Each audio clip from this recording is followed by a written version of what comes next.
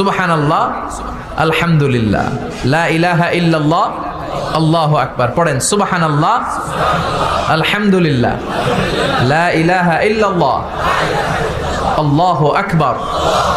এই চারটা জিকির হচ্ছে শ্রেষ্ঠ জিকির। শ্রেষ্ঠ তো শ্রেষ্ঠই তো পাইছেন, আর এদিক ওদিক তাকান কেন? পড়েন ইচ্ছা মতো। এই চারটা জিকির একসাথে মিলিয়েও পড়া যায়, আলাদা করেও পড়া যায়। আবার বিশ্বনবী বললেন, মিজানের পাল্লা ভারী করতে চাও, ফাআম্মা মান সাকুলাত মাওয়াজিনুহু ফাহুয়া ফি আইশাতির রাদিয়া।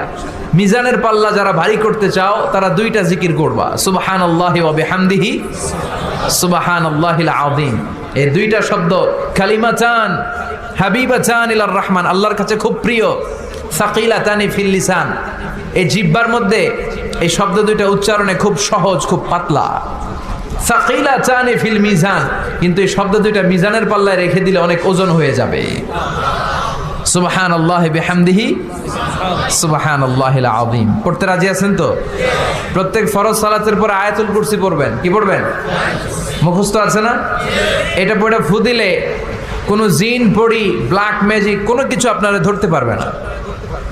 বিশ্বনবী বলেন, মান ক্বারা আয়াতাল কুরসি দুবুরা কুল্লি সালাতিন মাকতুবা লাম ইয়ামনাহু মিন দুখুলিল জান্নাতি ইল্লাল মাউত। প্রত্যেক ফরজ সালাতের পরে কেউ যদি আয়াতুল কুরসি পড়ে, তার জান্নাতে ঢোকার ব্যাপারে আর কোনো বাধা নিষেধ থাকে না। একটা জিনিস ছাড়া, সুবহানাল্লাহ, আরেকটু পরে বল, একটা জিনিস ছাড়া, ইল্লাল মাউত, সেটা হচ্ছে মৃত্যু। লোকটা মরে না তাই জান্নাতে যায় না, মরলেই জান্নাতি। এবার সুবহানাল্লাহ। তাহলে প্রত্যেক ফরজ সালাতের পরে আয়াতুল কুরসি দরকার আছে না নাই?